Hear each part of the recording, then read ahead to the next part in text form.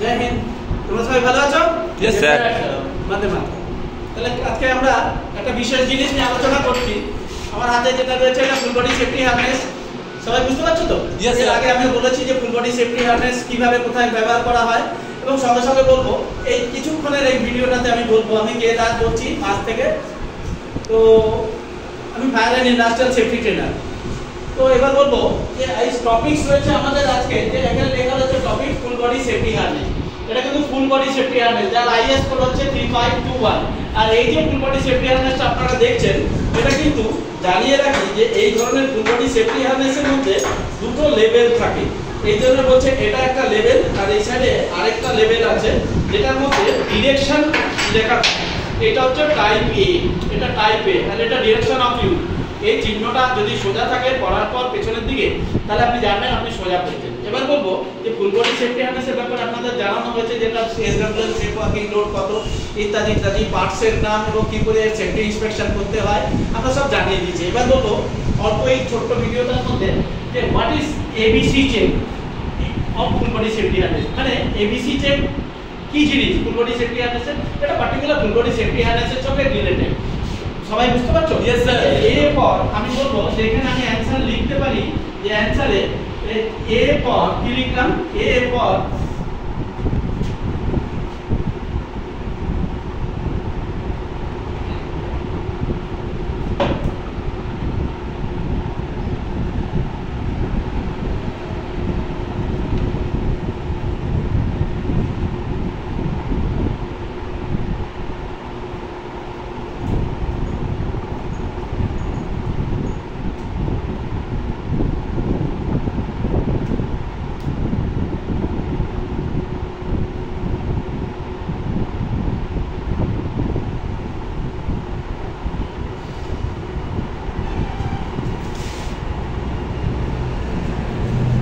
কি লিখলাম, এটা লিখলাম যে এবিসি পুরো কথাটা কি লিখলাম, এবিসি লিখলাম A for anchorage check.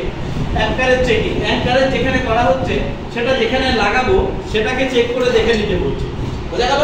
B for body wear, anchorage মানে যেখানে লাগাবো, যেখানে লাগাবে বলতে গেলে কোথায় লাগাবে, এই যে ফুল বডি সেফটি হারনেস এটা যেরকম এখানে লাগাবো, এখানে লাগিয়ে দেখাচ্ছি যেরকম ফর অ্যান এক্সাম্পল, এটা যেখানে লাগাবো সেই এটা কিন্তু এই জায়গার জন্য অ্যাডিকুয়েট নয়। এটা হচ্ছে এক্সাম্পল দিয়ে বোঝানোর জন্য যে এটা কখনো এইরকম ভাবে দুটো একই জায়গায় লাগাবে না, এই এনকারেজ করছি। বুঝা গেল তো? তাহলে এটা কি বললাম, এই যে বললাম এটা প্রেসিং লিভার চাপবো আর ড্রপিং লিভার দিয়ে রাখবো। যদি এত দূরত্বে লাগাই না এটা ঠিক আছে, তবে এটা বেশি দূরত্বে যাতে না হয়, 1 ফিটের কাছাকাছি তার মধ্যে রাখতে হবে। বেশি দূরত্ব হলে এটা ব্রেক হয়ে যেতে পারে। বুঝা গেল? লোড ব্রেক হয়ে যেতে পারে, তাই জন্য বললাম এটা অ্যাঙ্কারিং করলাম। অ্যাঙ্কারিং কি বললাম, যেটা পাইপ সাধারণত স্ক্যাফোল্ডের মধ্যে থাকা যে গার্ডরেল সিস্টেম, ওখানে এটা লক করা, লক করার পর ভালো করে দেখে নিতে হয় এটা ঠিক জায়গায় লাগিয়েছি কিনা। তবে এটা শুধু বারবার বলছি, এটা কিন্তু বোঝানোর জন্য। তাহলে এবার বলবো B for body wire check. তাহলে বডি ওয়্যার বলতে গেলে যেটা শরীর পড়ে আছে, যেমন শোল্ডার স্ট্র্যাপ ইত্যাদি, এইগুলো যেগুলো কাঁধের ওপরে যাবে বা থাই গ্যাপের জন্য, যেগুলো লেগ প্রোটেকশনের জন্য ব্যবহার করব। তার মানে এই শোল্ডার স্ট্র্যাপ এবং লেগ স্ট্র্যাপ, এই চারটে স্ট্র্যাপকে এবং চেস্ট স্ট্র্যাপকে ভালো করে থরলি চেক করবেন। এটা আগেও বোঝানো হচ্ছে। এই যে এটা এইচডিপি ম্যাটেরিয়াল দিয়ে তৈরি, মানে হাই ডেনসিটি পলিইথিলিন ম্যাটেরিয়াল। এটা প্লাস্টিক নয় পিওরলি, এটা 3 mm মোটা, মানে থিকনেস। এটা চওড়া কতটা, 44 mm। এই টাইপ এ এই যে কালারগুলো রয়েছে হলুদ, লাল, নীল, এগুলো কিন্তু বিভিন্ন এর মানে আছে। পরবর্তী ভিডিওতে আপনারা জানতে পারবেন। পরার আগে আপনাদের চেক করতে হবে যে বডি ওয়্যার যেটা করেছি এর স্টিচিং ঠিক আছে, কোনো জায়গায় কাটাপিটা তো নেই, ড্যামেজ তো না।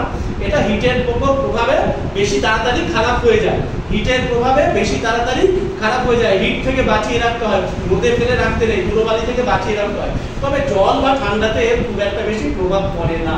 বি ফর বলবো যে বি ফর কি বললাম, বি ফর বললাম যে body wire check. A for সবাই বুঝতে পেরেছো? বি ফর বডি ওয়্যার, যেটা দেখালাম যে বডি ওয়্যার মানে shoulder strap, leg strap, chest strap, এই 5টা জিনিস। শোল্ডার স্ট্র্যাপ দুটো, লেগ স্ট্র্যাপ দুটো, যাকে থাই স্ট্র্যাপ বলছি, সবাই বুঝতে পারছো? Yes, sir. এবং তারপরে চেস্ট স্ট্র্যাপ। এই 5টা স্ট্র্যাপের মধ্যে কোনো ত্রুটি আছে কিনা সেটা চেক করবে। C for connector. এবার বলবো কোথায় কানেক্ট করবো সেটা চেক করতে হবে। তবে এটাও জানিয়ে দিই, এটা সঙ্গে সঙ্গে বলবো, এই যে রিংটা, বলো তো দেখি এই রিংটাকে কি বলা হয়? D ring. এই ডি রিং এর সঙ্গে সবগুলো অনেক ফুল বডি সেফটি হারনেস আছে যার ডি রিং সাইডে হয়, আবার কোনোটার সামনে হয়। আবার কোনোটা পেছনে হয়। এবার এটা করার পর এর সঙ্গে ক্যারোবিনার দিয়ে আমরা যে জিনিসটা ব্যবহার করি ওয়ার্ক অ্যাট হাইটে যাতে না পড়ে যায় লাইফ লাইন লাগিয়ে, তাকে আমরা বলে থাকি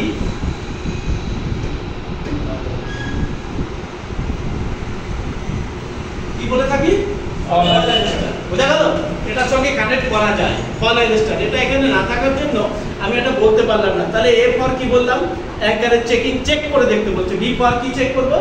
body wire. C for connector check, তাহলে যেটা কানেক্ট করব ওটাকে চেক করে দেখব। এবং এটাও বলেছি এর সঙ্গে ফুল বডি সেফটি হারনেসের সঙ্গে ফল অ্যারেস্টারও চেক করে টেস্ট করে তারপরে আমরা লাগিয়ে থাকি। তার সঙ্গে আবার লাইফ লাইন লাগাতে হয়। এই ফল অ্যারেস্টারের যে আলোচনা করেছিলাম এটা কিন্তু দু রকমের হয়। মোটামুটি জানিয়ে রাখি এটা একটা মেটাল মেড এমন একটা লকিং সিস্টেমের ডিভাইস যেটা দু রকম হয়ে থাকে, একটা রোপ গ্র্যাব টাইপ আর একটা হচ্ছে রিট্রাক্টেবল টাইপ। রোপ গ্র্যাব মানে যেখানে দড়ি ব্যবহার করা হয় ভার্টিক্যাল, এবং সেই দড়িটাকে আমরা লাইফ লাইন বলি। ওপরে ওর থেকে কানেক্ট করে দিই এবং এখানে সামনে থাকে। বোঝা গেল? লাইফ লাইন সামনে থাকতে পারে এবং ওপরে মাথার উপরে হরাইজন্টালও থাকতে পারে। হরাইজন্টাল ব্যবহার করি কখন? যখন আমরা রিট্রাক্টেবল টাইপ ফল অ্যারেস্টার ব্যবহার করছি। আর ভার্টিক্যাল যখন ব্যবহার করি তখন রোপ গ্র্যাব টাইপ। এই 14 থেকে 16 ডায়া রোপ গ্র্যাব টাইপ ফল অ্যারেস্টারে দড়ির ডায়া কত হয়? 14 থেকে 16।